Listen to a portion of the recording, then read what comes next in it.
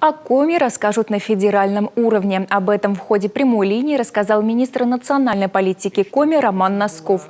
За последние полгода наш регион посетили две съемочные группы федеральных проектов «Ключ» и «Национальность.ру». Это связано с большим интересом жителей России к этническим особенностям, традициям и культуре народов, населяющих нашу страну.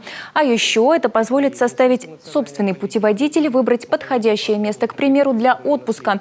Таким образом будет развиваться внутренний туризм. Приезжал канал «Ключ», который достаточно много сюжетов снял. Мы ждем выхода программы в ноябре-декабре этого года. Последний проект – это был проект «Национальность.ру».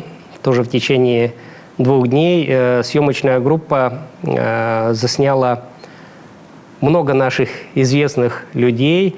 Мы тоже скоро ожидаем выхода этого фильма.